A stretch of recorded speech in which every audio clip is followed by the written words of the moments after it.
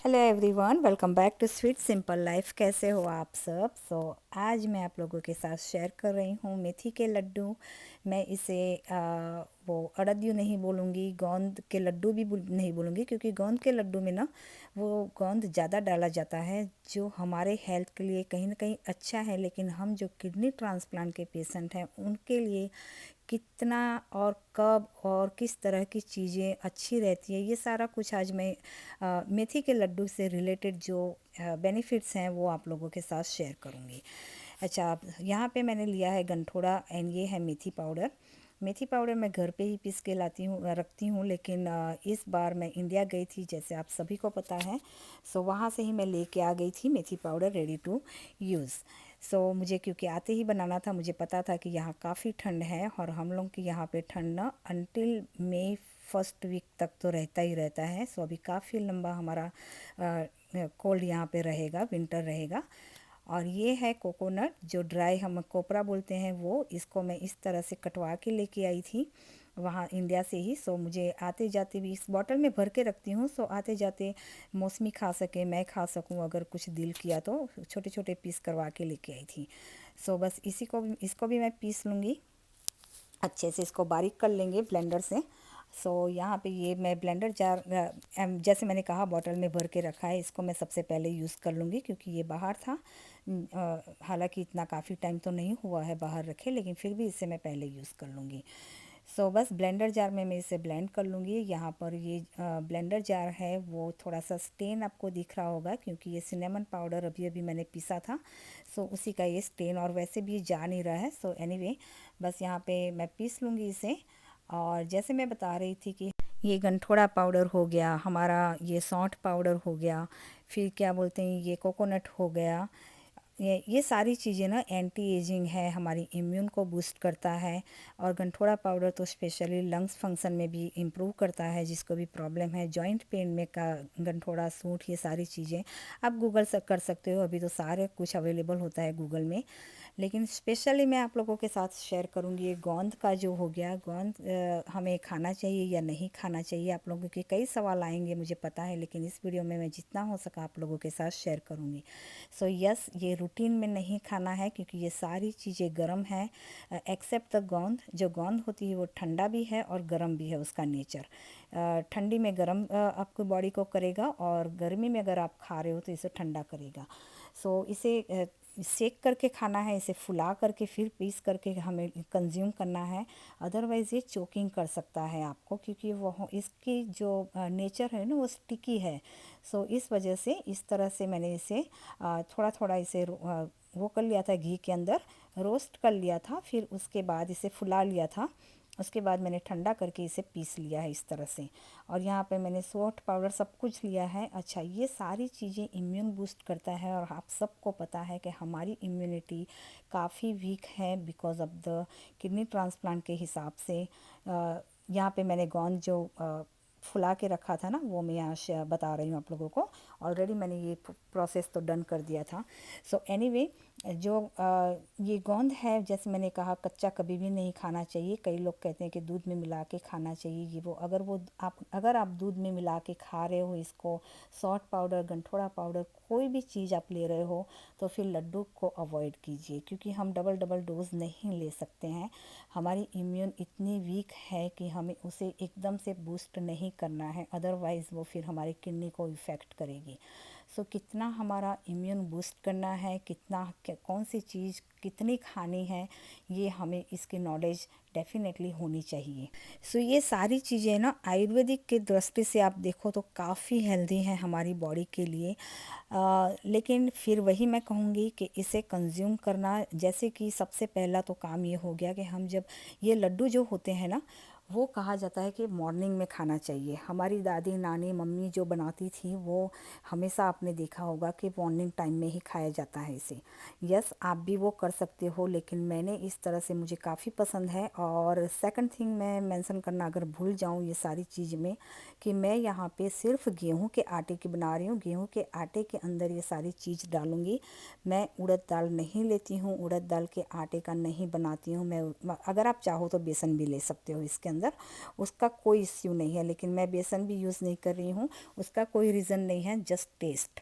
Test मुझे उसे थोड़ा सा अच्छा नहीं लगता है मेथी के लड्डू के अंदर, इस हिसाब से मैं बेसन नहीं यूज़ कर रही हूँ। लेकिन उड़द की दाल का मैं डेफ़िनेटली आप सबको, जितने किडनी पेशेंट हैं उनको मैं, और ब्लड प्रेशर पेशेंट हैं, मैं उनको रेकमेंड करूँगी कि उड़द दाल ना यूज़ करें, क्योंकि उससे हमारा ब्लड प्रेशर और बढ़ता है। जिसको भी ये प्रॉब्लम है, ये मैंने नोटिस किया है अपनी बॉडी के साथ। सो मैं उड़द दाल खाती भी नहीं हूँ और ना ही मैं इन चीज़ों में यूज़ करती हूँ। अच्छा, आगे बढ़ते हैं। सो मैं बता रही थी, यहाँ पे मैंने बिल्कुल भी फॉरवर्ड नहीं किया है वीडियोस, जिससे मैं आप लोगों के साथ और ज़्यादा बातें शेयर कर सकूँ। अदरवाइज़ फिर ना वीडियो बहुत शॉर्ट हो जाता है और बहुत सारे कमेंट आ जाते हैं इससे रिलेटेड। इस हिसाब से मैं, आप देख सकते हो यहाँ धीरे धीरे से कर रही हूँ काम। अच्छा, सो मैं कह रही थी कि इसे मॉर्निंग में खाया जाता है, दूध के साथ लिया जाता है, क्योंकि ये सारी चीज़ें गर्मी से भरपूर है, गर्म होती है इसका नेचर, और इसी वजह से इसे ठंड में खाया जाता है। सो इसके दूध के साथ लिया जाता है। हमारी दादी नानी को आपने देखा होगा, वो इसी तरह से कंज्यूम करती थी, हम भी यूज़ टू ऐसे ही करते थे, मीन्स मैं वैसे ही करती थी बिफ़ोर किडनी ट्रांसप्लांट। मुझे काफ़ी पसंद थे इस वजह से। लेकिन अब हमारी किडनी ट्रांसप्लांट हो गई है, हमें दवाइयाँ काफ़ी सारी लेनी होती है, आप सबको पता है। इम्यून सप्रेशन की जो दवाइयाँ होती हैं वो काफ़ी गर्म भी होती हैं, इस हिसाब से हम इसे मिक्स नहीं कर सकते। सो जो मॉर्निंग की दवाई होती है, मैं जिस तरह से लेती हूँ, मॉर्निंग की दवाई जो हमारी रूटीन की होती है वो मैंने ले ली। फिर उसके बाद 2 ग्लास, आप सबको पता है, मैं सुबह उठ के 2 ग्लास पानी पीती हूँ। 2 ग्लास, फिर एक आध घंटे के बाद मैं दो ग्लास फिर से पानी पीती हूँ, जो मैं दवाई के साथ लेती हूँ। उसके बाद मैं 1 घंटे के बाद मैं चाय पीती हूँ। चाय पीने के बाद मैं 2 घंटे के बाद मेरा होता है प्रोसेस दूध पीने का। जो मेरी प्रेडनिज़ोन वगैरह होती है वो मैं लेती हूँ। दूध के साथ केला हो गया, फ्रूट कोई भी हो गया, अगर फ्रूट ना हुआ तो, लेकिन दूध तो डेफ़िनेटली वो कंज्यूम करती हूँ। अच्छा, दूध पीने के बाद भी मैं ये लड्डू नहीं खाती हूँ, तब भी उसके बाद सीधा मैं आ जाती हूँ लंच पे। उस इन बिटवीन उस टाइम में मॉर्निंग में काफ़ी हद तक मैं काफ़ी सारा पानी पी लेती हूँ। अच्छा, लंच के बाद दोपहर को जब मैं कितने भी बजे खाऊं, 2 बजे खाऊं, 3 बजे या 4 बजे, उसके बाद मैं लंच के बाद ही मैं ये लड्डू मैं लेती हूँ उसके साथ। सो मेरा ये होता है कि इन बिटवीन जो मेरी दवाई की प्रोसेस चल रही है ना, उसके बीच में ना लूँ, सो डायरेक्ट उसको इफ़ेक्ट ना करे, मेरी मेडिसिन के साथ इंटरेक्ट ना करें। अच्छा, उसके बाद मैंने यहाँ पर गेहूँ, आपने देखा होगा, 2 बॉल भर के मैंने ले लिया था। सीरियल बॉल होते हैं वो, 500-500 ग्राम के ये वो हैं। सो 1 किलो आटा यहाँ पे हो गया था घी के साथ। और आपने देखा होगा घी भी इसमें काफ़ी जाता है, लेकिन मैंने काफ़ी हद तक ट्राई किया है कि मैं इसे कम से कम यूज़ कर सकूँ।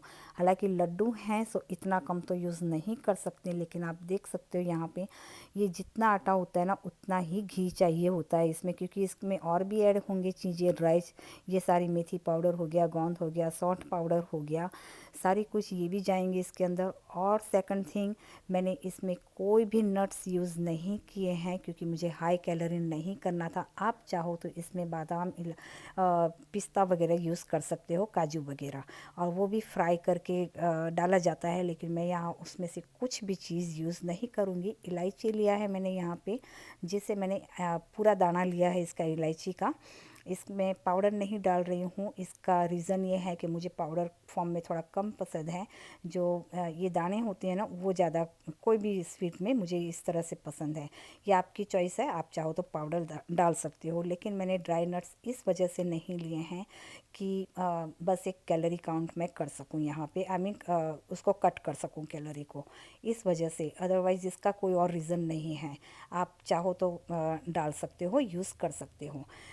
सो बस यही देखिए, फिर से ये गुड़ हो गया। गुड़ भी गर्म होता है, लेकिन काफ़ी इसमें आयरन भी है, हमारे जो विंटर टाइम में हमें प्रोटेक्ट करते हैं।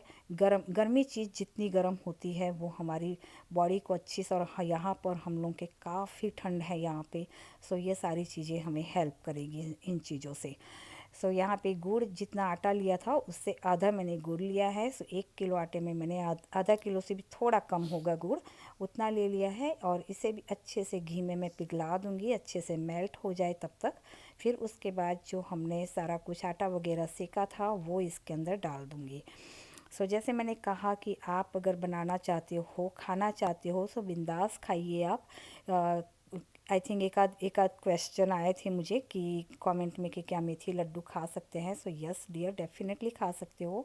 बस आप इस तरह से कीजिए कि दवाई जो ले रहे हैं ना उसके साथ फिर मत लीजिए ये चीज़ें। दवाई डेफिनेटली आप थोड़ा सा गैप रखिए, खूब सारा पानी लीजिए जिससे वो फ्लश आउट हो जाए, उसकी गर्माहट जितनी है निकल जाए, उसके जो भी बैड टॉक्सिन है वो निकल जाए। अदरवाइज़ दवाई के साथ साथ आप आसपास भी उसके कुछ चीज़ खा रहे हो इस तरह की चीज़ें, तो डायरेक्ट वो मेडिसिन को हमारी इफ़ेक्ट करती है। एंड हाँ, वंस अगेन कोई भी इस तरह की चीज़ें खा रहे हो पानी खूब सारा पीजिए जिससे वो फ्लश आउट करने में हमें हेल्प मिल सके। और आप देख सकते हो यहाँ पे थाली में मैंने जमा दिया है और घी मेरे हाथ में बिल्कुल भी नहीं आया है। ये थोड़ा सा वार्म था मैंने जब जमाया तब, लेकिन यहाँ ठंडी इतनी है कि हाथ से ही मैं इसको फैला रही हूँ फिर भी मुझे ये गर्म नहीं लग रहा है। सो बस यहाँ पे मेरा हो गया है। मैंने लड्डू की जगह इस तरह से इसे पीस कर लिए हैं और आप देख कम घी में भी ये काफ़ी अच्छे बने हैं, काफ़ी सॉफ्ट भी बने हैं। और इतने सारे में आपने देखा होगा अराउंड 1 बोल जितना घी गया है, लेकिन ये काफ़ी सारे बन गए हैं। यहाँ पे बर्फ़ी इसकी कह सकते हो, लड्डू कह सकते हो मेथी के।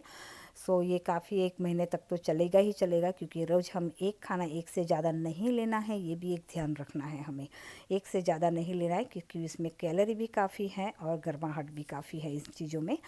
सो बस यहीं तक था आज का ये व्लॉग। आई होप सो मैंने आपको जितनी जानकारी देनी थी इसके बारे में मैंने आपको दे दी है। चलिए फिर मिलते हैं अगले व्लॉग में। Take care and bye bye.